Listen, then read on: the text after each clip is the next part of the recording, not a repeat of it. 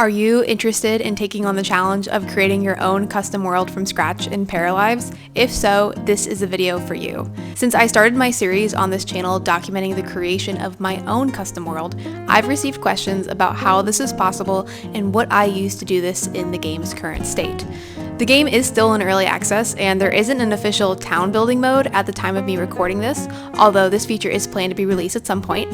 But because there is no straightforward way to do this, here is the step-by-step guide of how to create your own world so you can achieve something similar. So to start, whenever you start a new game in the Paralives menu, you're going to be prompted with two choices. You can either start playing in Molino, or the town, which is the default world game, or you can go into the simple empty terrain to create a custom world from scratch. And we'll be using this. However, you'll notice that whenever we load into this, the terrain that's provided is very small. And this is great if you want to do a smaller scale project, such as a custom neighborhood. But if you're looking to create something on a larger scale, such as like a city or an island or a town, this won't be big enough. So this is where modding comes in, and I'm going to take you through all of the mods that I use in order to have everything set up here. So this first mod is going to be the double simple empty terrain, the triple simple empty terrain, and the Molino sized simple empty terrain, and these are all by Zerbu. These mods are going to expand the amount of build space that's going to be available whenever you do create a simple empty terrain world, and the sizes are exactly what they sound like. The double is going to be double the size of the standard empty terrain. Triple is, well, triple the size of the standard empty terrain. And Molino size is going to be the size of Molino. The overall scope or scale of your project should really determine what size of empty terrain will fit best here. One thing to note here is that you should only have the mod for the size you want activated at the time you create your new world. So for example, I have all three of these lots in my game. However, if I want to make a world with a double simple empty terrain size, I'm only going to have the double size terrain mod activated or turned on here when creating the new world, and the other two should be toggled off like you can see here. Another important mod is the Debugged Objects menu mod by Zerbu as well. This mod unlocks a whole new build category and a set of objects for players to access, and this will be really important when filling in the void space outside of the empty terrain, as well as defining the lot boundaries. The next mod is the Can Buy All Lot Types mod by Maya Kunma. In the current state of the game, Paras are only able to buy residential lots. However, assuming that you want to include community lots in your world, you'll need this mod to purchase them before building first. Although it is technically possible to build on any lot with a toggle edit town cheat, I don't recommend having this cheat on unless necessary due to the bugs and lag that come with it constantly having it on. So having this mod in the game to buy all the lot types is a pretty good alternative for this and really helps with performance issues. This next item from the Steam Workshop isn't a mod, rather it's an object with all of the food objects from community lots compiled onto one shelf called Food for Sale, also again by Maya Kunma. When building community lots, this is going to be a great resource to have as it makes creating functional lots so much easier, and all of these mods that I have mentioned are going to be available on the Steam Workshop with links in the description to them down below. The last mod I'm going to mention is the Change Lot Type mod by Just Clay, and this mod makes it so it's easy to assign lot types, careers, and functional hours of operation to lots once those boundaries have been created. But this mod works a little bit differently compared to the previous mods that I showed you. So you'll notice we're not in Steam, we're actually on a website right now. And this is because this is a script mod that is available for download on Nexus. You can't put this on the Steam Workshop because this goes in and it changes a lot of the game code, kind of more so than a normal mod would, which is why it's here. And one thing I do want to note about this script mod is that it does conflict with a lot of the other mods that I mentioned above. So if you do decide to download this and use it, be really mindful of that. I would probably only have this in my game for when I absolutely have to be going in and changing lot types. Aside from that, I would probably be taking this out of my game. If you don't want to download a script mod into your game, that's totally okay. There is an alternative way to assigning lot types as well. It's just going to require a little more manual work by going into the game files, which I can show you how to do later.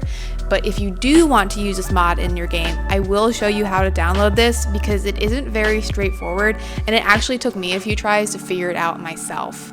So if you do decide you want to download this mod, you're first actually going to need another mod called BepInEx before you download it.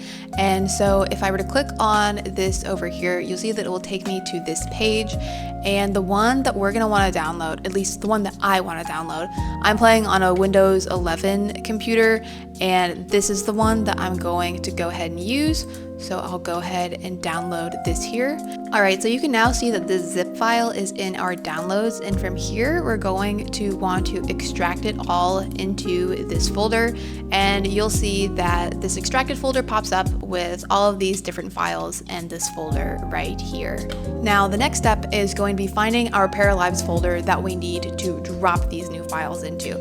So to do this, you're going to go into Steam and then just go into your library and open up the Steam game.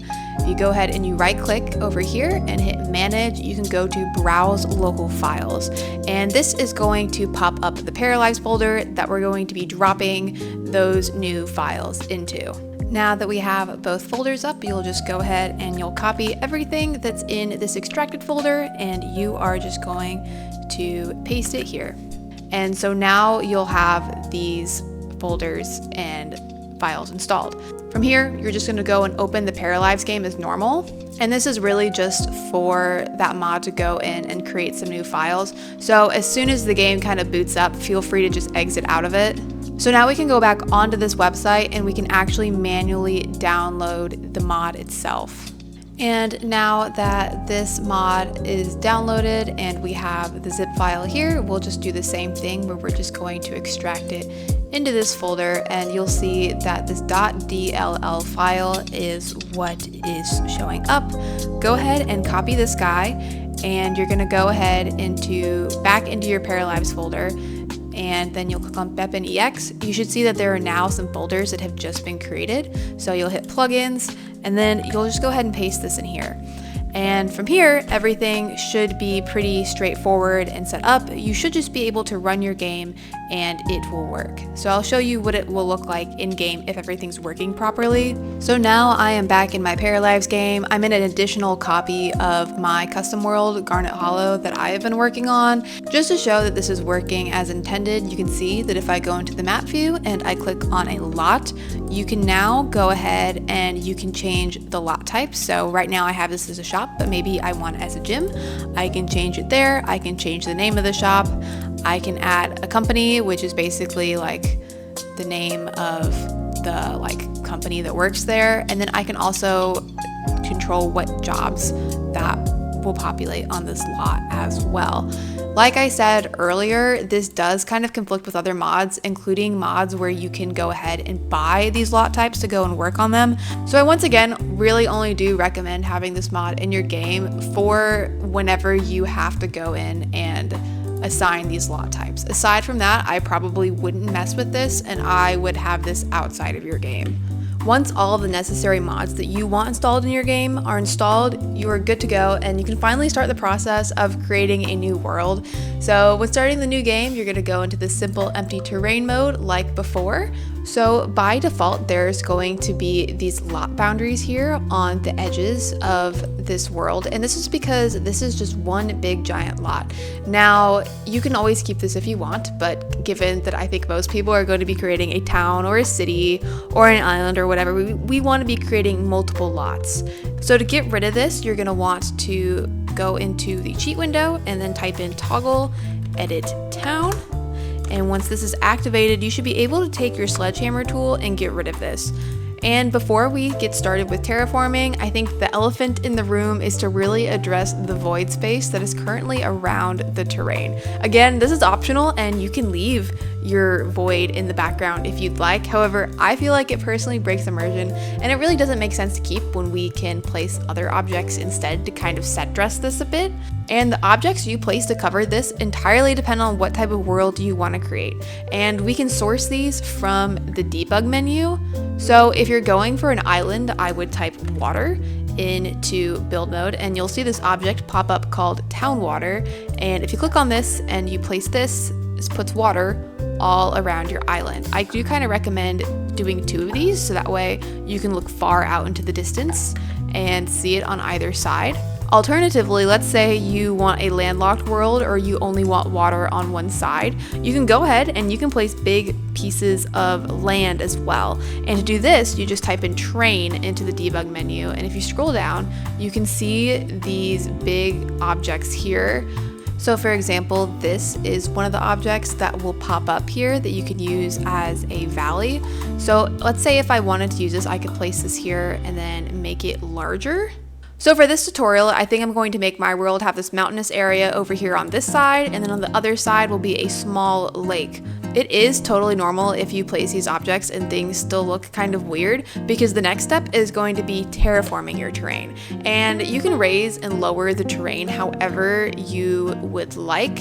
I would recommend manipulating the terrain so that it blends into the water. And so I'll go and I'll move it down. You'll kind of see that this water doesn't exactly like line up with the height, and so you can go and you can change the height of the water here, and then now I only need to lower it a very small amount in order to get it to blend in and to create a coastline. Now I think I'm gonna go and I'm going to have part of this as a river that kind of winds through town a bit and then eventually gets deposited back into the lake over here.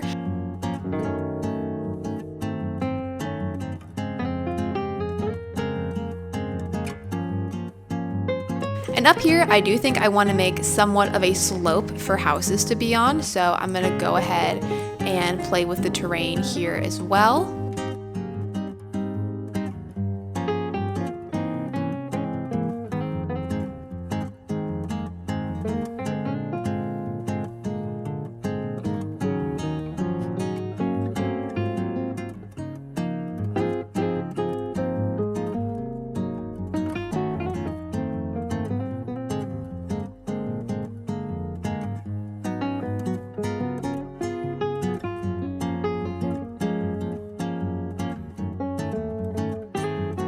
And when you're happy with the terraforming, going in with some terrain paint by using sand, dirt, or rock is a great way to go and make everything look more natural and finished. So I did a pretty simple terrain here. There is just this river area over on the south side of the island, and on the north side there are some hills. Once you're happy with how your terrain looks in your world, it's time for the fun part, which is city planning. And when taking a look at your large empty space, it can definitely be overwhelming trying to figure out exactly what it is you want to do. And if you're having trouble figuring out where to start, I would really take the time to write down all the different types of lots that you would like to include in your world. So for example, in this world, I definitely want to include something like a general store, a cafe, a gym, an office building, maybe a small beach area over here, along with some residential homes. And then for your reference, here is a list of all of the lot types that are currently in the game as of right now, although this may change as more features are added in early access. Once you've figured out all of the lot types you want to include in your world, it's not a bad idea to create some sort of rough plan to follow. From there, you can designate roughly where you would like each lot to go. So you can see here that I'm using Microsoft Paint to figure out exactly where I want things, but there's nothing wrong with doing this old-fashioned way with pencil and paper if that works better for you. I kind of find that the easiest way to go about this is to kind of figure out where I want certain things to go. So for example, up here in this hilly area, I think this is where I want houses to go. And so I'm gonna go ahead and designate some areas where I think some houses can go. And then I think over by this river, I would really like to have some community lots as kind of like a riverside downtown. And so I'm just gonna go ahead and designate that as well. So this is just a very quick mock-up I made. It's definitely not gonna be exactly where I put everything, but at least now I have a rough plan for what to do whenever we go and designate these lot types. So now that our general plan is created, we can actually go back and create the designated lots that we want to build out in the town. So if you navigate back to the terrain tools in build mode, you'll see that there is this tool where you can draw perimeter lines for lots. So you can kind of go ahead and draw out these lots here. And there's one, and we can just use this in a couple of places. Okay, so you can see that we have 3 lots here that I have created, and if you zoom out into the map view, you'll see that these will all be residential lots by default. And to have functional community lots in the world, this is going to have to be changed, and we're gonna have to manually go in and assign these. Now, you can either assign these lot types through the change lot type mod, which I discussed earlier in my video, or you can do this manually by going into the game files, and I'll show you how both of those work. So if you did decide to download the change lot type mod that I talked about earlier, you should just be able to click on these lots and then click on this little drop down here next to residence, and you can change this to any lot type that you want. So I think I want this to be a general store, so I'm going to turn this into a shop, and I will name this general store. If I go into companies on here, I can go ahead and see that this is the company, which is what I want. And for jobs, I can go ahead and find jobs that will work. So I want a store clerk here, and then I want a manager. And those will be the 2 jobs that I have populating on this lot. So you can see now that this is assigned to be a shop. And so this lot is good to go. And if I want to change the other 2 lots, I can just go through the same process and make it whatever lot type I want. So to manually go in and change the lot types for the mods, I'm gonna be honest, it looks a little bit scary, but I promise you it's not. So if you go into your file explorer and you navigate to your saved games folder, which for me is under app data, local low, Paralives, and then my saved games.mod. It may be somewhere different for you, but this is where it is for me. If I go in, and we're working in save file 20, so if I go ahead and I click on this guy and I click on this .town folder, you can see that there are a lot of different files here. The ones we're going to be focusing on are these lot file types, or these .lot files, and you'll notice that there are 3 of these and then this town lot. I don't quite know what the town lot is. I think it might be the terrain itself. I wouldn't mess with it. Just a general rule of thumb is like, don't mess with anything in here if you don't know what it is you're messing with. But for these 3 up here, these are going to be the 3 lots that we designated and created in the game, with the most recent one being the one that we created the most recent, if that makes sense. And so if I click on this guy over here, I can see that it has a bunch of numbers and letters and stuff. And if I look, I can see it says lot type GUID, and then this number right here. Now this GUID is basically the lot type number that gets assigned, and right now it's set to residential because that's the lot type that's automatically created whenever we designate the lot. And so now, in order to change this, we have to go in and get the GUID for a different lot type. It's pretty simple. You'll go into your Paralives main menu, and then you'll click on mods, and then control panel. You'll scroll down, and then you'll go to lot types. And you can see here, these are all of the different lot types in the game. Let's say I want to turn this lot into an office workspace. So I'd go ahead and I'd expand this, and you can see the GUID that's associated with the office workspace here. So I'm gonna go ahead and I'm gonna copy this, and let's go back into our file and open this up. So now I'm gonna go ahead and replace this number with the new one that we copied here. And you can see that there is this companies one right here. So if I want to have paras that are actually assigned to a job on this lot, I would go ahead and I'd edit this company one here. For some lot types, this isn't going to apply. So for example, beaches and cemeteries, I don't think there are jobs associated with those lot types. However, for office buildings, there are. And so to do that, we're going to have to find another GUID. So going back to the control panel here, if you go into occupations, you can go ahead and see all of the different companies that exist in the game right now too. So let's say I want the technology 1 job to be on this lot here. I would go ahead and I would copy this GUID as well. And going back into our file, I would replace this GUID that populated here with the new one that we copied, and then save our changes. And if we go back into our game, we can see that this lot has been assigned as an office building as well. So if I were going in and finishing the save and assigning all the lot types, I would go in and do the same for this lot here. Now, the main drawback to assigning lot types this way is that there really isn't a way to know which lot you are editing until you go back into the game and see what has changed. So if you have a lot of lots that you are trying to edit and assign the lot types for all at once, this is going to be a pretty big headache. And when I did my save file and I went and did this, I drew out all the lots I wanted.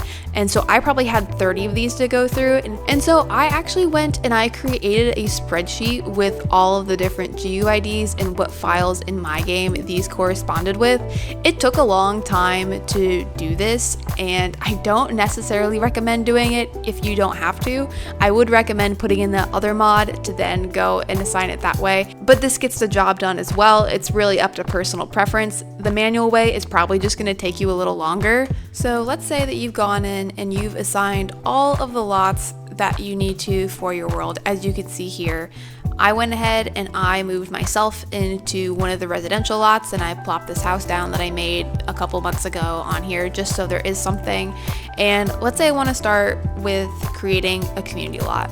So I would go in and I want to create this restaurant. I would go ahead and I'd purchase this, and from here we'll have to create a functioning community lot. Okay, so this is gonna be our restaurant for the sake of this video. Nothing fancy, but just shows that we have an actual lot here. So you can build this however you like, get it to look however you want, but in order to make these types of lots functional, you're going to need the restaurant food items. And this is where that lot that I showed you earlier in the video will come in. So if I go ahead and I place a lot from the library, I can go ahead and I can place this food for sale lot that we downloaded earlier. I can now go ahead and place some food onto this table, and I can sell it as if this is a functioning restaurant or a cafe. So if I get rid of the remaining food here, and then I have my para come and get this, I can go ahead and I can purchase this food and eat it. And so she'll do this animation here where they're like talking to the person behind the counter or whatever, and then they'll go ahead and they'll take this. They will get money subtracted from them because they purchased the food, and they'll eat it, which makes this a functional community lot. You can also go into the debug mode in build using the mod we downloaded, and you can place a lot of objects that will help make this area look more alive too. So for example, you can see that I can place this road here. The only thing with the roads is sometimes I notice they clip into the ground a lot, so you do have to be very careful with making sure everything kind of works how it is. So like I just have that slightly floating there, but I could go ahead and place roads wherever I want using pieces. I can also place these bus stops from build mode, and if you click here you can see that I can actually go in and take the bus, which is pretty cool. And there are some other stuff here too. There are some collectibles. There is this water tool, however it's not currently functioning, which makes me think that this is a feature that the devs are currently working on in the game, but for right now you can't do anything with it. There also is this like road building tool that you can make as well. I chose not to do this for my save, but it may work for you. And it's just kind of another way that you can go about building the roads in case you don't want to either use terrain paint or use these pieces in the debug menu. So this is really all of the tools and knowledge that you need in order to get a good foundation and start on your own custom world. If you take these tools and you do everything here to your liking, you can actually get something pretty cool from it. So to fully show off the full capabilities of what you can do with all of these tools and mods, I'll take you through a really small tour of my world so far. This is Garnet Hollow, which is the world that I have been building from scratch, but this is what I've done so far. You can see I have a pretty big island here with a big mountainous area. There's a lake over here, and then beaches all around the southern half. I've only gone and done one city block and then a beach so far. So it's definitely still very much a work in progress, but you can see that I am well on my way to creating a world and that you can really do a lot. And at one point this was just a blank, empty lot. So there really is a lot that you can do with this mode of the game while it is still in early access, as long as you're creative enough and have a little bit of an imagination. People have already come up with really cool ideas for custom worlds, and I'm really interested in seeing how this really takes shape as the game develops through early access. I hope you found this tutorial of how to create your own custom world helpful, and if you did, be sure to give this video a like. There are a lot of small things that you have to do in order to get this custom world feature to kind of do what you need it to, and so it is nice to just have it all compiled in one place, which is hopefully an easy guide for you to reference as you go along on this journey yourself. If you did enjoy this video, please feel free to again give it a like, comment any suggestions or questions you have about this, and subscribe if you'd like to see more from my channel. I do try to post these Paralives videos weekly, so if you're interested, feel free to follow along, and I hope to see you in the next one. Bye everybody!